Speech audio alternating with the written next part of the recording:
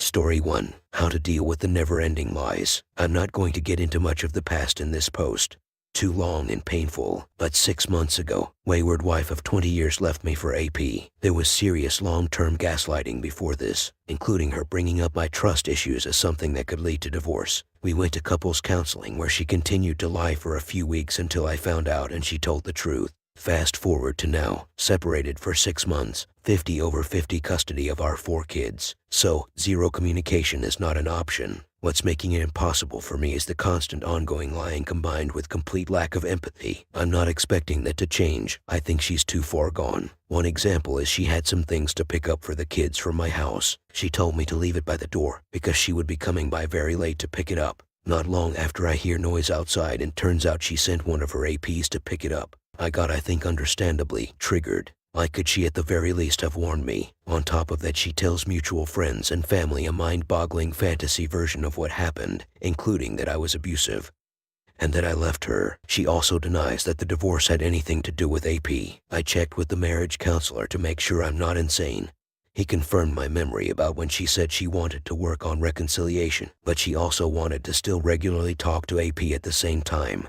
That he told her she had to make a choice, and she chose him. The rest of that session was intro on divorce process. She also wasn't careful when she had the kids, and my oldest overheard her having an intimate call with AP, after which he came to tell me to make sure I knew. He told me he didn't ask her about it because he knows she always lies to him anyway. Eventually, he tried to talk to her, and she denied AP had anything to do with divorce. Kid isn't an idiot. He told me he just knows now that he can't talk to her about it. The lies are constant, even mundane things like why she was late, or why she needs me to pick up kids. It's always lies. Oh right, I'm in a country where you can block a spouse from leaving county until divorce proceedings end. After court, she asked me if I had filed for such an order, and if so, to make sure it gets canceled now that case was over. I had not filed for it. I find out a few weeks later that she had gone to London a few days before the case ended. I can't even fathom what she was trying to accomplish by asking me about the flight restriction if she knew it never existed. At this point, I've blocked her on everything except one email address. It's inconvenient, but I don't know how else to protect myself.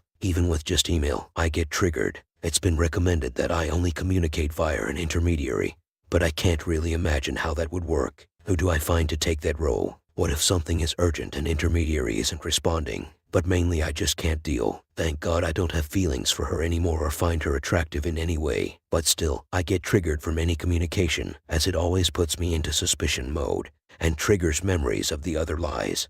Gaslighting, etc. People say that I have to just stop caring about what's true or not, etc. I'm not sure how to do that. On top of it, I'm concerned for my children. She's left them home alone at night for hours, and lied about it obviously. Who knows what she says to them about me, or what they are exposed to in her house. I know APs are sometimes at her house when she has kids. She asked my oldest the other night when he was about to go to bed to get out of his pajamas, get dressed, and walk to the supermarket to buy things she needed for their lunches the next day. It's like 8 degrees at night these days. Thankfully, he made an issue out of it, so she relented, and according to Son, he thinks she asked one of the APs to shop for her. I'm worried for my kids. My lawyer says I don't have enough to push for full custody yet, and it will be risky because we already know she's willing to make false claims about me. Worst thing for them would be for them to only have her if I lost custody. I'm just so confused and hurting, and don't understand how to heal when there is no way for me to completely cut her out of my life. Reader comment. Keep documenting. Get a co-parenting app. You think you're being traumatized. Your kids will live with this pain the rest of their lives. It sucks because you have such limited control on her terrible behavior. The best thing you can do is become the healthy and stable parent so that one day when her kids actively reject her, they have someone to fall back on. Don't actively disparage her, but help your kids understand that you are the safe and trustworthy person, and if they ever feel uncomfortable, they can talk to you. She will continue to spiral and make poor decisions for your kids. You have little control over that, but the 50% of the time you have them, you can be healthy and stable and reliable, and be their source of comfort. Lean into them, be the lovable one, and honestly, if an option, get them therapy to recognize mom's unhealthy patterns. Your poor children will struggle their entire life because their mother is not right in the head. Be the reliable and dependable parent. That is absolutely the best way to get revenge. When they choose to spend holidays with you because of how mistreated they feel from their mother. When they go to you for advice in relationships and life because they don't trust their mother's judgment. Help them learn to say no, to move but do it in the most loving way possible. Original poster. That's what I'm doing. What's the benefit of the app? that its record is recognized on courts. I never say anything negative about her to the kids, which is hard as the little ones talk about AP like he's an uncle. And yeah, being the best father is pretty much the advice I've gotten from therapists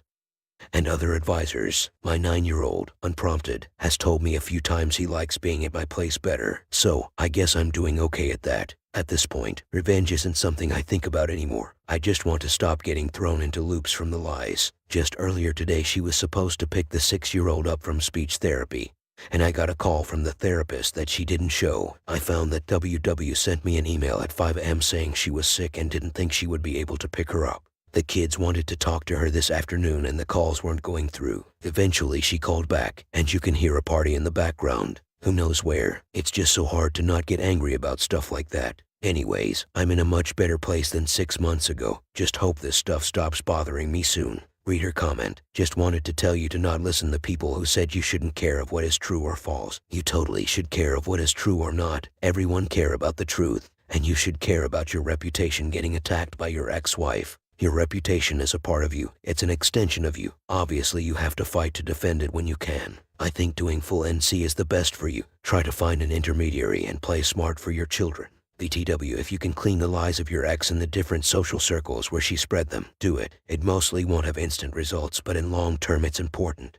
Don't let her defame you freely. Original poster. Thankfully, a few of these friends approached me to tell me what she told them and that they don't believe her. I'm just nervous that with time she will manipulate them the way she did to me. That's already the case with my MIL, who I was very close with, who at first was completely on my side, but slowly I can tell she's starting to believe WW. I have same concern with the kids. She's such a tremendous gaslighter. It's hard to imagine they won't succumb to it as I did. BTW, am I allowed to enforce that she doesn't call to speak to the kids when they are with me? She does all the time. I have no problem letting the kids call her if they ask. Reader comment. The truth, Opus. You are not over here yet, Opus. Moreover, she is doing everything to trigger you and she is succeeding. You are still doubting yourself for nothing. Don't try to understand your ex-Opus and don't underestimate her too. She is a foe. If you are still looking for closure or truth from her, you are deluded. How can you expect honesty from a betrayer, deceitful person? Why are you still arguing with her? You can't shame the shameless. Many divorced parents can reduce contact with all interactions through a co-parenting app.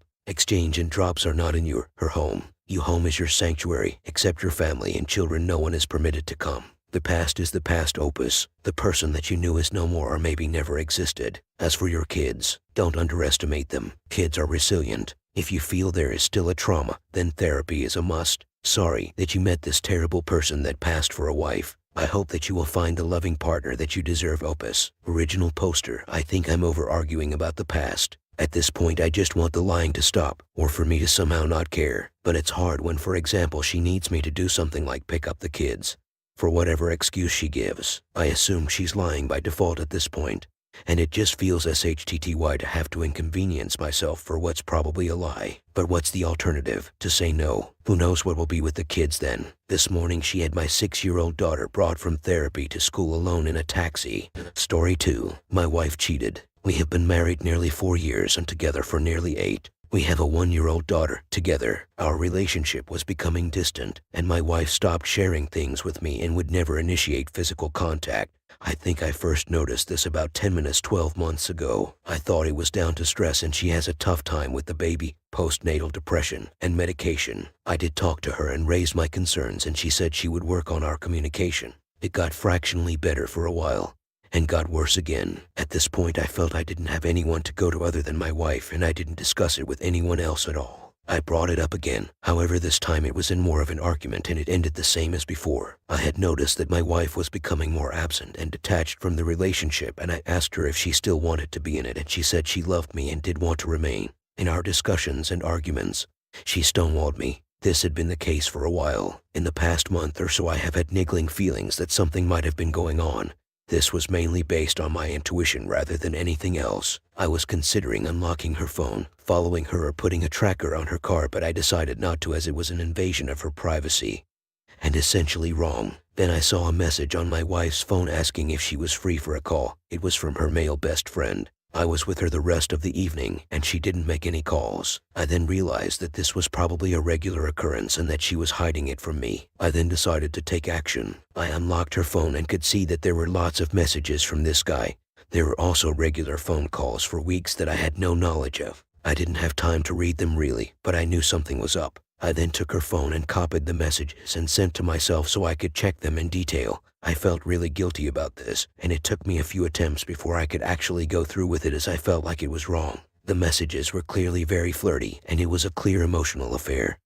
But there were parts which were on Snapchat and also parts which had clearly been deleted. With the information I decided to confront my wife. She admitted it was inappropriate but said it was just good friends and that there was no romance. I asked her if it was anything more, if there were any photo exchanges or physical encounters. I told her to look up what an emotional affair was, and she conceded that it was inappropriate. I asked her again if there was anything more and she said no. She didn't know that I had seen her messages on her phone. I asked if I could look, and she said if I wanted to, but there might be hurtful things about me on there. So we left it at that, and I said if she wants it to work, she has to be honest and tell me if there is anything else. I left it a couple of days and spoke to her. She said that she had contacted the guy and said they couldn't talk anymore and to have no contact for a while. I asked her why she didn't speak to me about this first, and she said because she thought I needed space. I said, do you not think I might have wanted to be involved in that and that I might not want her to speak to him ever? She said she thought I might say that. I then reiterated how if there is any chance of reconciliation, I needed her to be honest, and she said she was. I then said that I wanted to look at her phone. I went through and showed her messages and grilled her. She admitted to sending suggestive photos on Snapchat but said she sent nothing more explicit,